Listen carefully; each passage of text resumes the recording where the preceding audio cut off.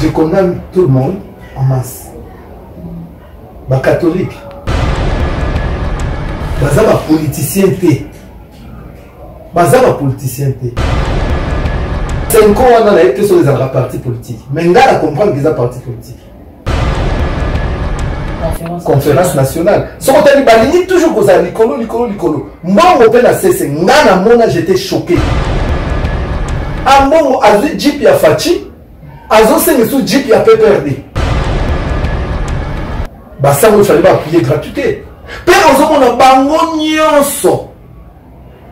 Bah comment on va promoter les écoles? Et ça, c'est l'école le plus cher. Bah ça, critiquer le pasteur. Mais ouais, bah ça, c'est grave. 4. Bah bon, t'as la bassam. Au mini, bah ça, la repentance. Que sango mutu abima na mobile et boss quelque part on appelle ça le pasteur Marcelo raison pasteur Marcelo le l'église catholique de Patrice Ayemba j'ai cherché les mondes je l'ai trouvé dans l'église.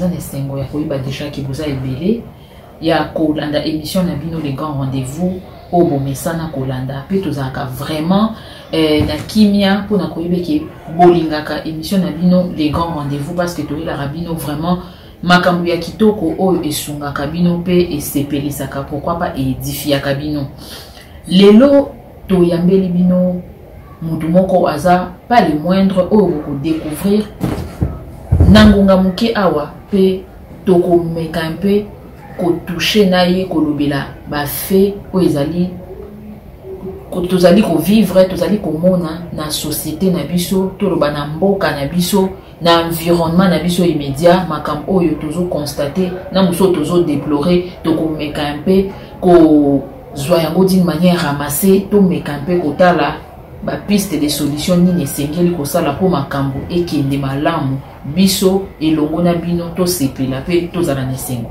Alors sans plus tarder tozo yamba déjà invité na biso ezali Mosali na Nzambe le révérend pasteur Miko Bachika Oyazali représentant légal ya communauté source de vie to pesi déjà mbote papa Miko Bachika. Merci maman Célia. Zamba pambula yo mbote na yo mbote pe na bande konyoso partout dans le monde entier au bazolanda biso nzamba pambola bango nyonso. Merci beaucoup Mosali na Nzambe boni santé malamu ndenge ozomona santé nzamba zobatela vraiment malade ezate vraiment nzoto eza bien Mosali na Nzambe boni omina Kinshasa ozongi déjà libela tone ozongi non Kinshasa olembi poto ouais question ça va être compliqué olembi na zone Kinshasa mais ngala bota mona Kinshasa na kendenge poto là-bas donc na lembi poto te mais na zona Kinshasa ils ont besoin d'anga ndenge Brazzaville ils ont besoin d'anga ndenge Mbandaka ils ont besoin d'anga ndenge Poto ils ont besoin d'anga donc je pense que si comme mingi n'a travaillé dans l'apostolat parce que j'ai souvent travaillé dans la pastorale donc pasteur ils ont mingi avant dans quatre murs pour ne paître la brebis. Mais un apôtre, c'est quelqu'un qui est partout, qui supervise, qui contrôle, qui bâtit. Donc, à Zosa Nzambe, dans le niveau nyonso. Donc, tant que Kuki, Nzambe à Talisinga, qui a travaillé siko mingi na apostolat. Donc, Yangwana, souvent, na Kinshasa, na Mweneditu, na Chilenge, na Brazzaville, na Poto, na partout. Pasteur, vraiment, donc, on travaille dans l'apostolat. Moi, je suis un peu Tikenga. Ah, dans le but, vous avez pasteur, le coup, mais tout le monde a pasteur, donc, vous m'avez grade. N'habitez pas dans ma bête, dans tout le monde, donc, vous m'avez grade. Et ça, c'est comme grade. Donc, ministère, et ça, le ministère, mon côté, où ils ont les colos et moussous. Bah, il faut que nous avons 5 ministères pour l'édification et le corps de Christ. Donc, aux évangélistes, aux prophètes, aux pasteurs, aux docteurs, aux apôtres, nous sommes des gens. Ils ont la médecine, tu as un dentiste, tu as un gynécologue, tu as un cardiologue, tu as un généraliste. Donc, tu as un bambou belé, moko te nga na leki nga wana dentiste na leki ophtalmologue te bango nyonso bazaka ko se compléter. Mais ce que tu yoka ezali bishop comme archibishop ya na kandema ko. Te bishop archibishop eza ministère te. Eza ministère te. Donc wana toko ko benga ba titre na lingi na lobela mo mingi te puisque tellement il y a beaucoup de bishops de archibishop na créé polémique te. Donc en réalité tozo benga mo de l'anglais. Bishop. Bishop est l'axi ancien. Bible parlait de souper sur ancien. Donc, Bible parlait de souper sur ancien. Nous sommes dans l'église, nous sommes ancien. Mais nous sommes pasteur. Mais nous sommes ancien. Donc, on a une polémique inutile. Tel que je suis, je ne me vois pas. Nous sommes bishop. Donc, nous sommes en côté. Mais l'explication est que bishop, c'est un surveillant. C'est un surveillant. Bandeko oh ba bazo adhérer na idée wana bazo luba que bishop c'est un surveillant mutoyo a établi ça ba pasteur yesu bazo ko alikolo na bazo ko contrôler. Mais la Bible ne le dit pas comme ça. Ça ce sont des interprétations ndenge bazo mema yango. Mais l'église likabo o nzamba pesa munene l'église ezali ba 5 ministères. Il a donné les uns comme apôtres, comme évangélistes, comme pasteurs, comme prophètes, comme docteurs. Donc, pour l'édification du corps de Christ, de l'église. Bishop bani. Donc, voilà. Moi, explication la peste, voilà, pasteur Mikolobi, que c'est quoi nous avons inspiré, il faut vraiment évoluer l'apostolat en permanence dans le mais tout le monde tant au Yolekisi na Congo, na Kinshasa précisément, beaucoup d'églises d'Engeni. Tu habites les communautés, nos églises en général, on pas na précisé moi malamu. Oui. Na précisé moi malamu. Oh likambu ya bishop bani c'est un peu tellement compliqué. Oui. Donc au tunakinga soki tozo mataba grade. Oui, il y en a plein. Donc na répondre ki na vraiment grade ya komatezate pour na lobi que sont évangélistes. Na prophète Alekiote. Bino se posa ba ministre. Donc moi kaza likola moninga. Prophète Alekiote. Alekiote. C'est aussi mais quand prophète a solananza menza ainsi Dieu pasteur en évangéliste n'est pas solananza. Mutu na mutu yo ça na cardiologue aleki dentiste. Non mais au monde a été que c'est l'homme qui est pas généraliste, lui tu es on est à niveau nangate. Mais qui n'est pas spécialiste. Mais généraliste il doit orienter. Oui. Donc comprendre que donc c'est généraliste à zate donc pourquoi c'est zalikaka. Et à la nzoto boy. Li sokolo bateke likilitoy. Litoy golo bateke likizolo. Zolo golo bateke likilino. Donc il logo na logo za na musala. Donc on mata ba grade. Il suffit logo moko lembo moko ya nzoto ezanga yo ba bengi handicapé. Ozomona. Donc ezana batu mususu eloko na souvenir yango. Ezana batu mususu Nzamba pesa bango ba ministère ébélé. Ce n'est pas interdit dans la Bible que Moutoumou a plusieurs ministères. Vous avez pasteur, vous avez apôtre, vous avez docteur, Nzamba pesu yango. Mais na kati ya nyonso wana ozana ministère moko eko dominer mususu. Yamande ba wana kubenga yo. Tu n'as pas besoin d'être appelé pasteur, évangéliste et docteur, tout ça, non. Ba kubenga pasteur, mais muto azo landa yo. Tant azo yo comme message, nous allons comprendre que ça c'est un évangéliste. Tant azo comme message, nous allons dire non, ça c'est un pasteur. Tant azo comme message, nous allons dire non, ça c'est un docteur. Vous avez donc netinga nazana wa ministère ngai. Nazana wa ministère on nzama pesanga. Et à mon côté, nazana on a pasteur, nazana docteur. Vous avez donc naza apôtre ngai ndenge naza. Donc ils ont ma cabo nzamba ba ministère nzamba tia. Na repère ce exemple ko la Paul. Paul a zagna au ministère de Paul il avait tous les 5 ministères. Vous avez ba jokola ba Pierre. Pierre azalaki aussi un évangéliste. Il y a nous monde a ajouté ba foula batu ba miracle. Na un jour tout le belaka tout ça l'émission juste sur le ministère.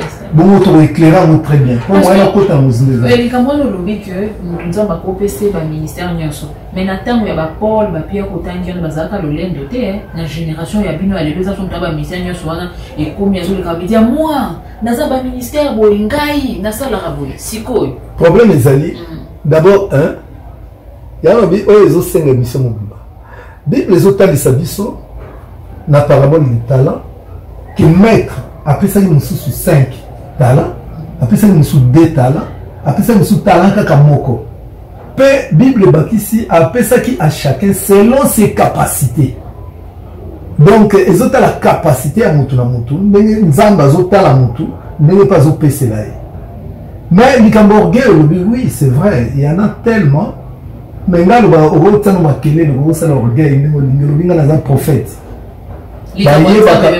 bayebaka nzete na mbana yango okoyebanga naza docteur tokoyoka message na yo tokoyoka message ya docteur eyebanaka message évangéliste eyebanaka message ya pasteur eyebanaka donc tokoyeba yo par rapport pe balobi que les tonneaux vides font beaucoup de bruit.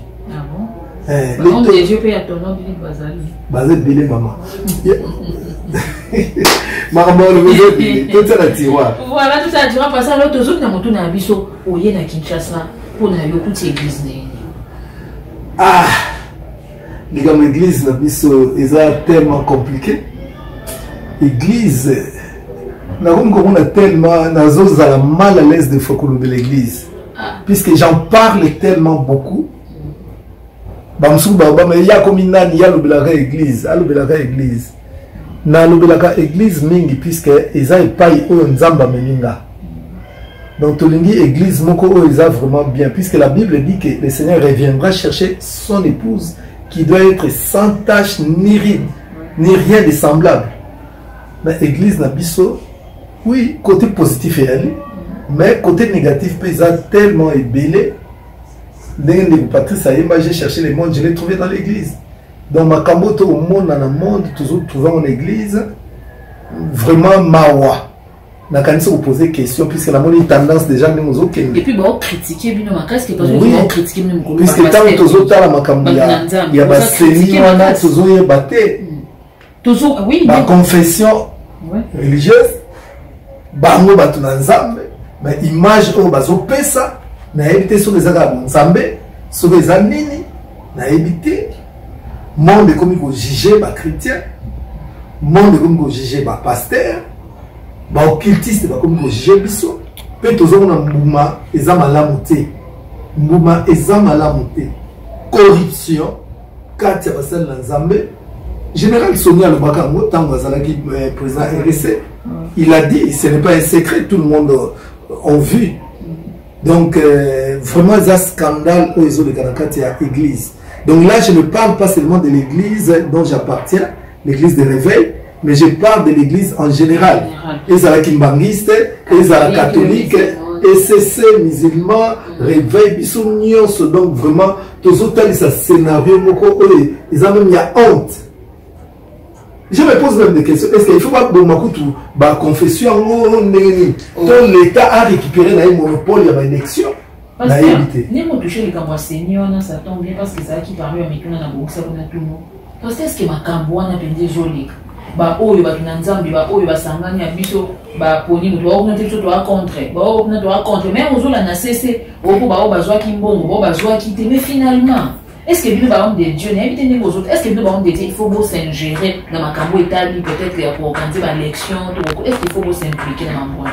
Il faut s'ingérer dans le au moins, ma cambo, il y a un Bible, les autres, ça sont des critères même pour établir, même ancien même diacre, même pasteur.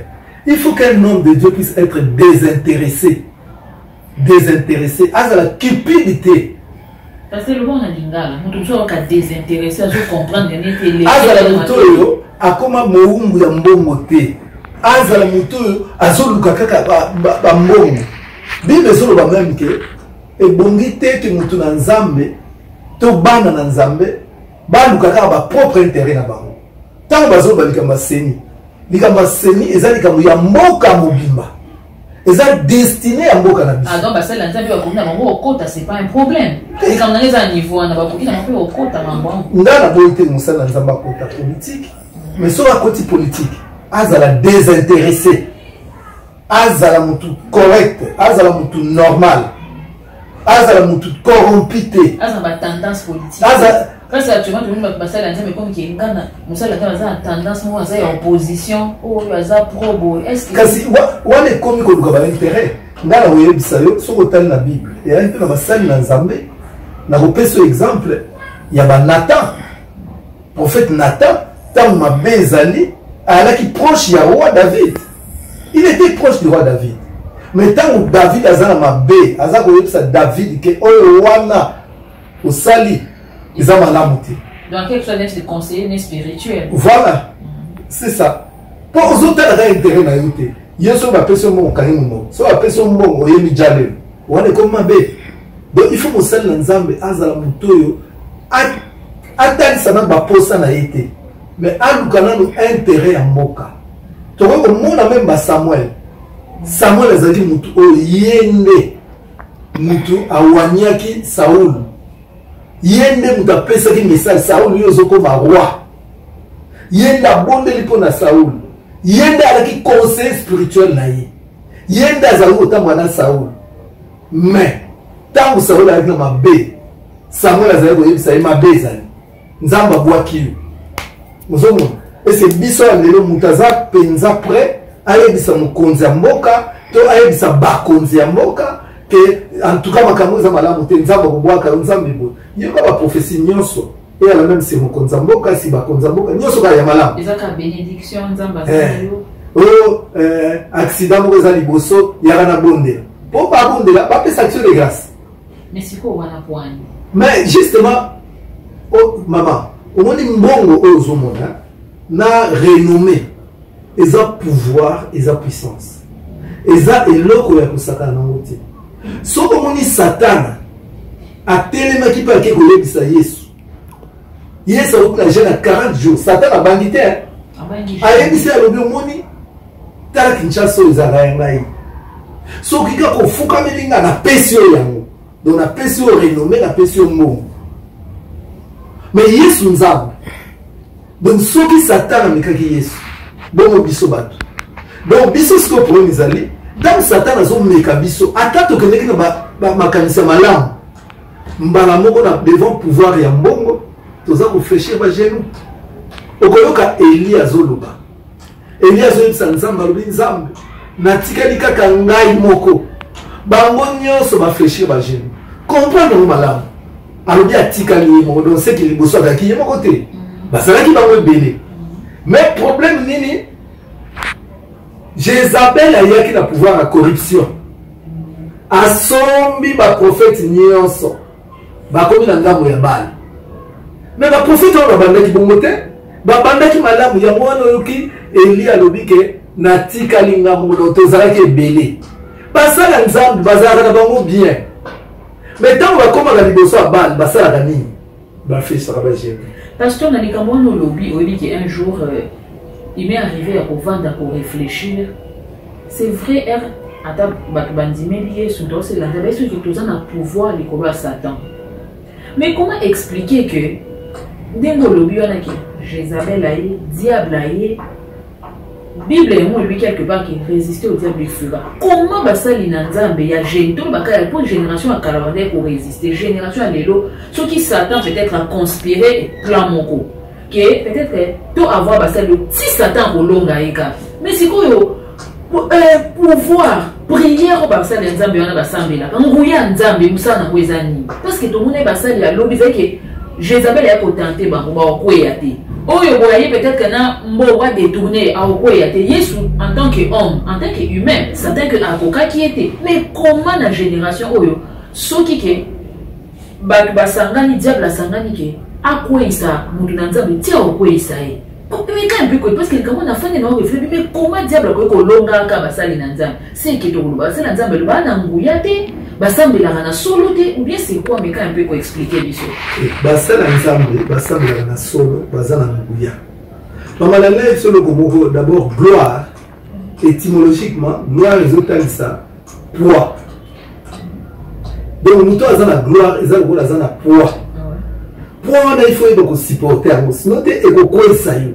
Yango monaka bato ebele soki akomi na gloire akomi na mbongo a changé vie, a changé même eteli, a changé makambo ebele oyo azalaki a changé na mateya. Donc Satan a sikoyo akomi koprime kati na ye. Mais eza na basala nzambe oyo vraiment lelo po toloba epai tozonga epai ata majorité bakendeki epai ya bala mais le fils ke moko atikalaki. Donc lelo mpe na Congo toza mpe na baoyo bazali oyo batikala bazobanga nzambe malgré mbongo malgré gloire malgré tuka ngambo mona puisque moto akomisa pesa na témoignage ya ye moko bato baza mpe pembeni baotémoigner. Oh, mais nazoloba na monde natenga mpe natuni na ngaka yo motuna mpo nga mosala nange eza kotuna donc nde yolobi yo moko bato mpe bazalaka na yo bakotémoigne yango oyo bazala nanga bayebi yango bien bakotémoigne malamu kotuna bango bayebi.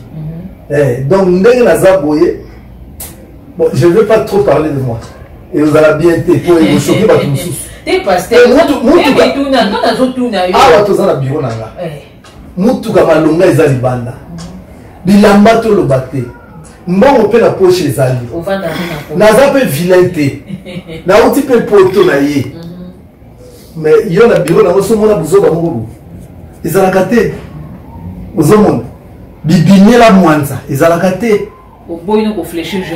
te ngai na bangi tokoyokana te toalokola mai na mafuta tokosangana te mpe mama na oyebi soloko moko basala nzambe mpe baza ebele mosusu batalisakaki boyenge beni donc la sainteté mais peut-être mpona bakomi na baposition te mokolo bakoma na baposition est-ce que bakorésister c'est ça le problème mosusu akoloba akina molingi basi boye boye po position na ye auzwa mwasi nini aotikalaka fidèle na mwasi na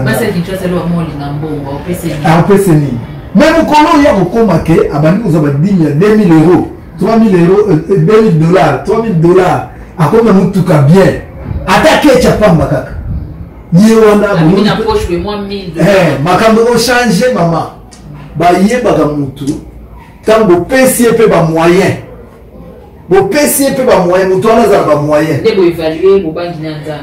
nde ere wana boyebaka te ye mpenza abangaka nzambe ya solo ozomona meme bazoloba wana tia ye na position moko boye même église bokomonaka etusu te ezala bafrère basere bapaster mais soki omoni mosali na nzambe to mwana na nzambe oyo azobanga mpe nzambe maza na position ya bien kumisa nzambe ebele bayinaki na Kinshasa bajenaka bakoma poto jana kokasu te mpo awa biloko oli ezalaki nango te tala komi na poto c'est ça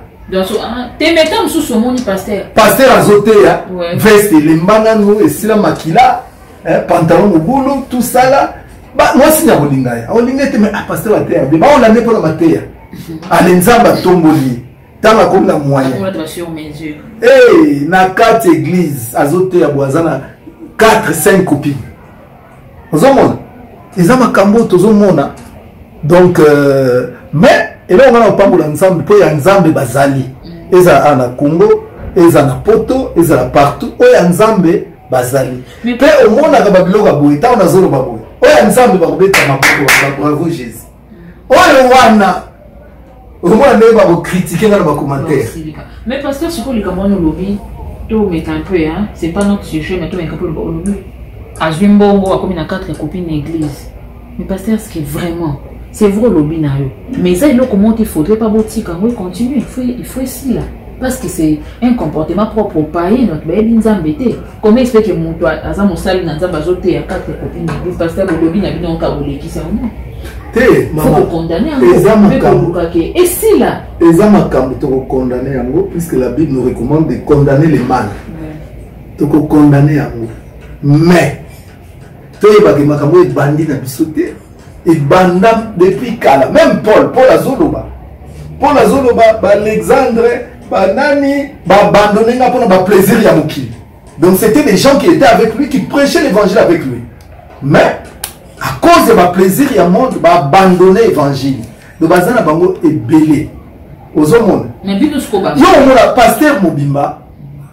Na benga on va pasteur people. Pasteur oyo alingika apparaître ba mona kaye.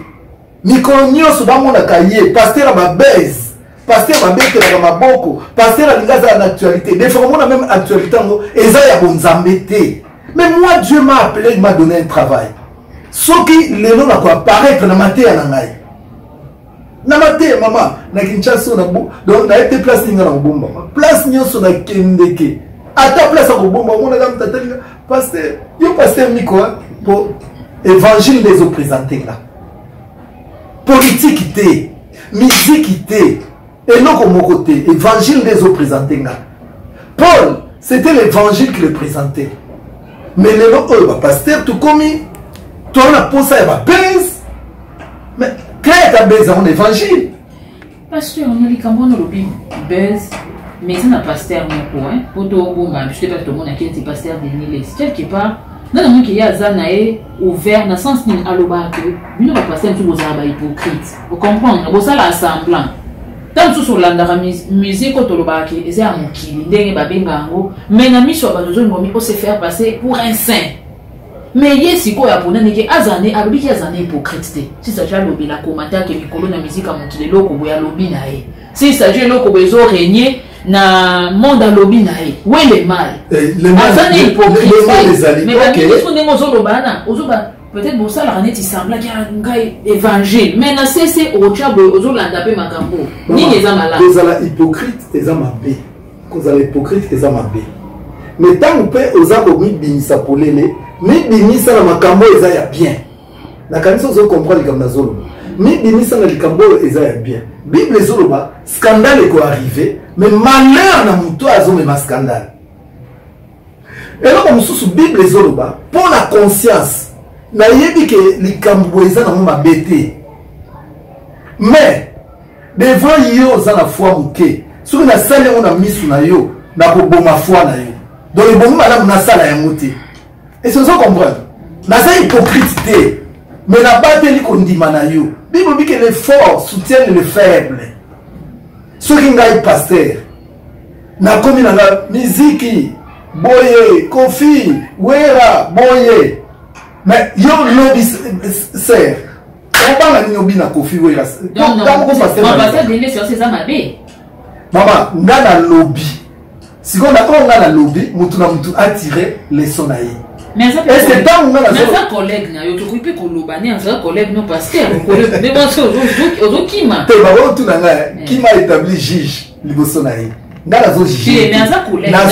Mais na boite, mais ngana zo répondre par rapport à Makomi, par rapport à Liloba, Lilobe lobby.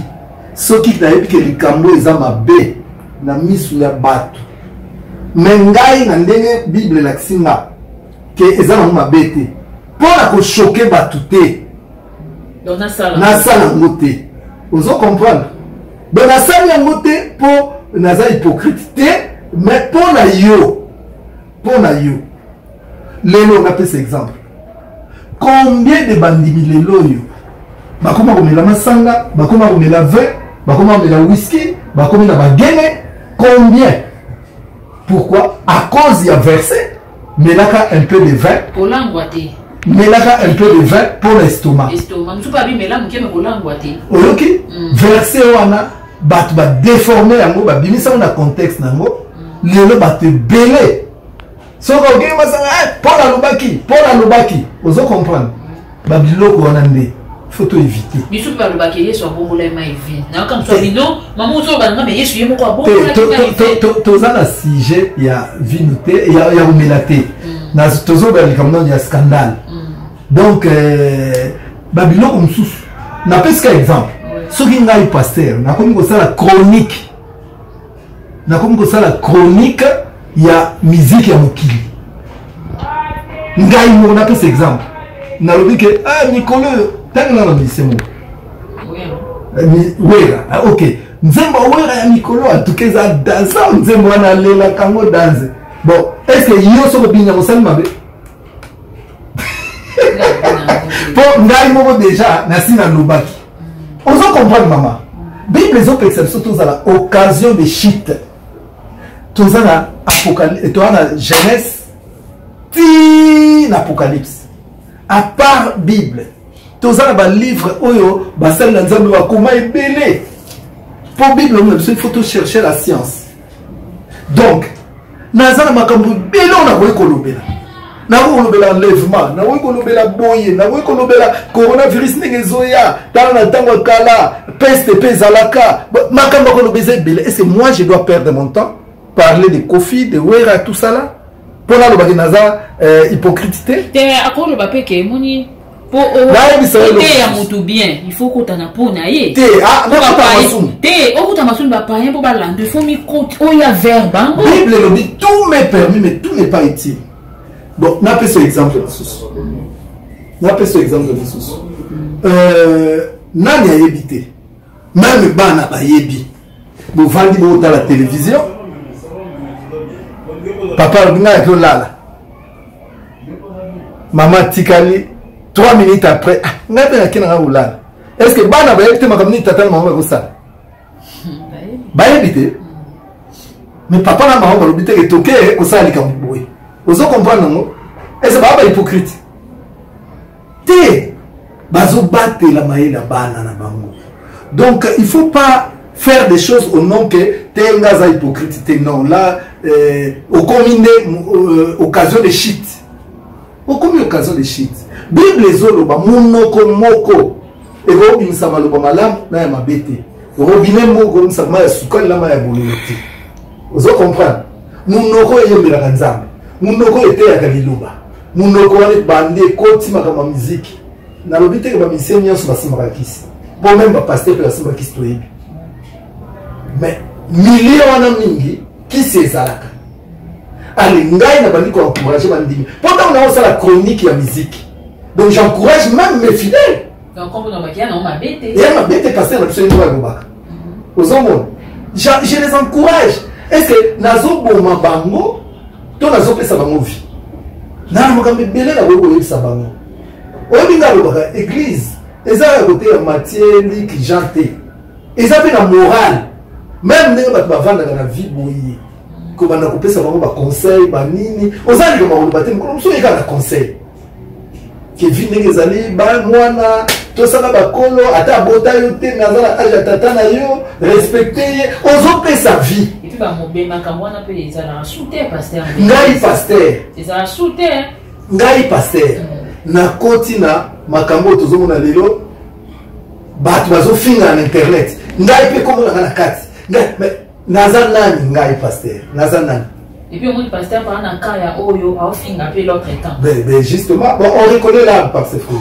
donc madame Cesato autour de la question yo condamné té yes va plus ça condamné aux autres ils étaient pas yo bango na mbuma yango c'est ça donc ba tout va comprendre bato bango ba comprendre mutu ayeba makambo oyo tozoloba ndenge ezali voilà pasteur photo avant de chuter donc comme la question de Souka, n'invite à revenir un peu avant de te voir en Boisseni, aux Oleka, église des réveils, une conférence bazar pour 5 ans, on a baloubi, bango bazar contre les Kolobantan qui ont de Dieu par rapport à l'Ikambouana. Oui, je condamne tout le monde en masse.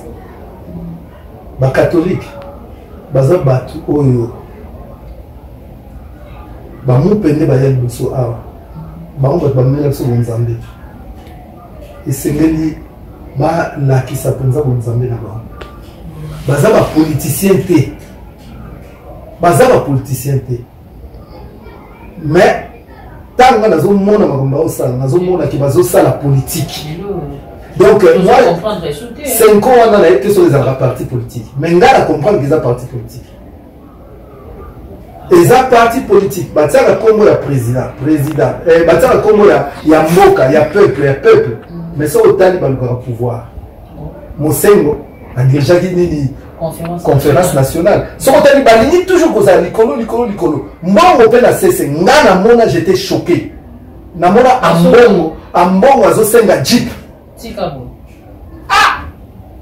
ambongo azwi jeep ya faci azosenga su jeep ya PPRD pesi azwi yango alors koloba te jeep oyo napesanga te na orphelinat moko boyelemaka bana te bambongo ebele mama nga nalandi baécole fictive baécole fictive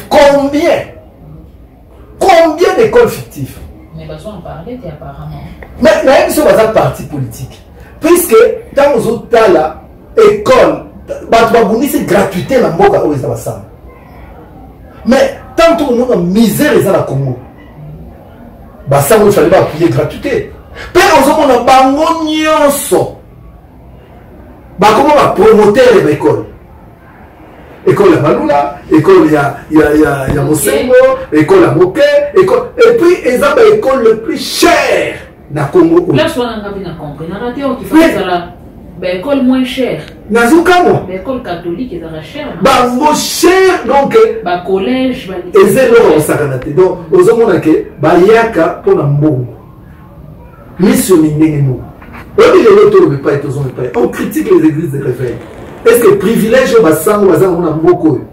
Est-ce que l'église de réveil à s'asseoir? Mais tu ne peux pas rêver au tonga d'école. T'es là là il ça. Bassin mono ba concession nyo so bazana ba binisa jamais un franc. Bakabela ka bango ngo fele nyonso. Bassin ba kabela ka bango nyonso. Bazo ba subvention au réveil à zokate. Mais comment on peut comparer? On est commis concurrence déloyale. Donc eza bandeko na biso basango mawa mingi mais baza na bandimi oyo baa derrière bango yo somona mondimi na critique sango jamais sango akoya na ndako na yo moto kotuna ye père Guy omela nini mama nga alingaka score tindi mwana zongi bala score que nous sommes la peur qui massa ba yena ba sombeli sango sango ameli score na yimba les sila jamais maman wana jamais eloko te biso ka bomono ki poster donc yo somona wa musulman ba critiquer ba imam ako peru to pe ya capture wana so ka yo photo ba to tambo ya ma keba mais nous sommes passés aux gens, tout le monde a ma photo, bah sans côté, nous bah sans on va vendre à quand va couvrir. Maman. Là nous tout le monde a ma pédophilie. Bah so critiquer le pasteur. Mais oh bah ça c'est grave. Mais tout le monde on a réseaux sociaux. C'est grave. Ça l'actualité. Ngaza ngai, nga na famille nanga. Na on a 4 bandeko nanga ko banda maman leki nanga moko, na ba bandeko nanga basi nsusu. Au moins 4 babota na basango. Eh, tu vois, oui, babota basango. Hein? Oh, babota mais bon babotin, mais ba ministère na ngai. On va gérer célibat parce que moi sûr na mambolo bana. Mais na émission makambo za gérer célibat. Mais makambo oyo denile sazono baba hypocrisie yango wana. Yango wana. Ba gérer célibat mais bazo sala makambo. Mais en même temps bana na nkuku. Nazana bana nga molimo. Oh mingi basala ba repentance que sango mutu abima na mobile boss. Ah bon? Nazo yebisa no. Et là sango la Congo partout, même la France, partout. À cause ya ba gaffe ni basala. Les États-Unis ba sango basali aux États-Unis ba mikaraté. Mais ça compliqué parce qu'il faut vraiment et à compliqué. Hein? Et ça très compliqué donc quelque part on appelle ça le pasteur Marcelo raison pasteur Marcelo de l'église catholique maman je suis un homme libre porter plainte si Christ vous a franchi vous serez réellement libre moi je suis réellement libre donc il peut essayer raison makambwana lobaki Azan a raison il y a salle d'attente Azan a raison ah bon Azan a raison vraiment alors pasteur tozo vraiment ko chiter hein tozo komanda suka émission avant to suka to lobela eloko moko mikolo tozo menza d'actualité hein Et là, voilà, c'est l'émission Boussousou. Voilà, pasteur. Donc, vraiment, je pense que l'émission est l'autre comme dans Souka. Comme dans Souka.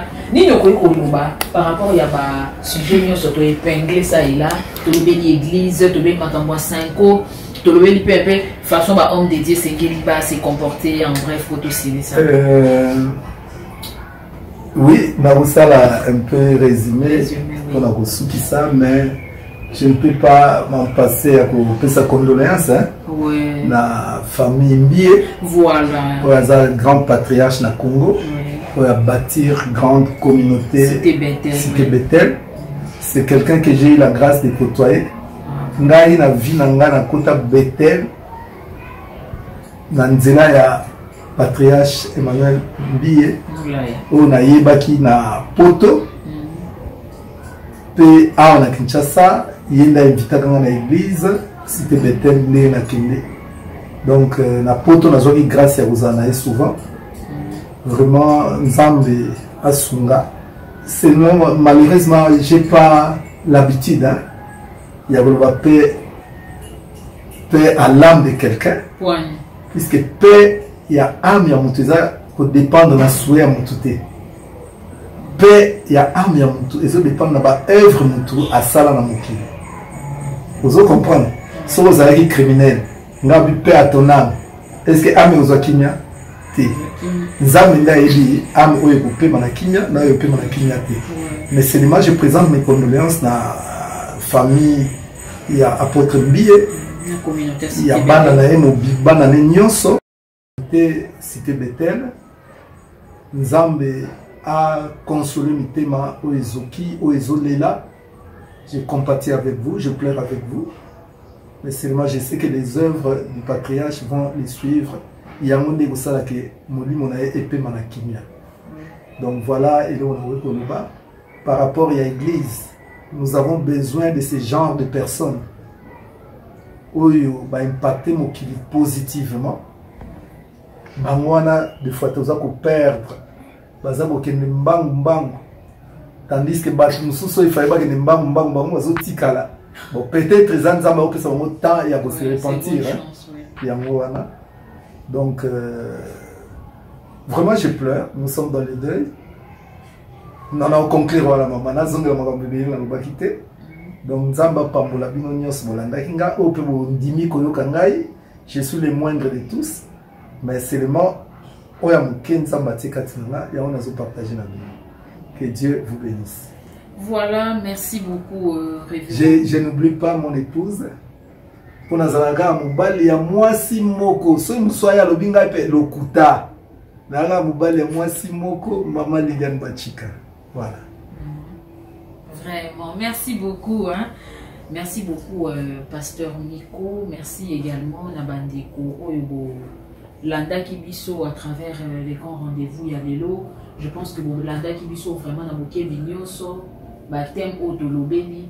De ma part, pour conclure l'émission, pour présenter nos sincères condoléances na famille apôtre Mbi Moulaye.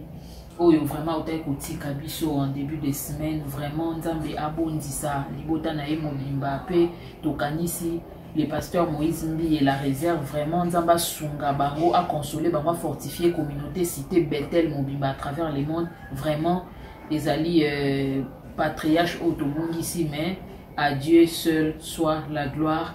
Je pense que c'est sur ces termes de Tozo conclure émission d'Abisso à la prochaine. Au revoir.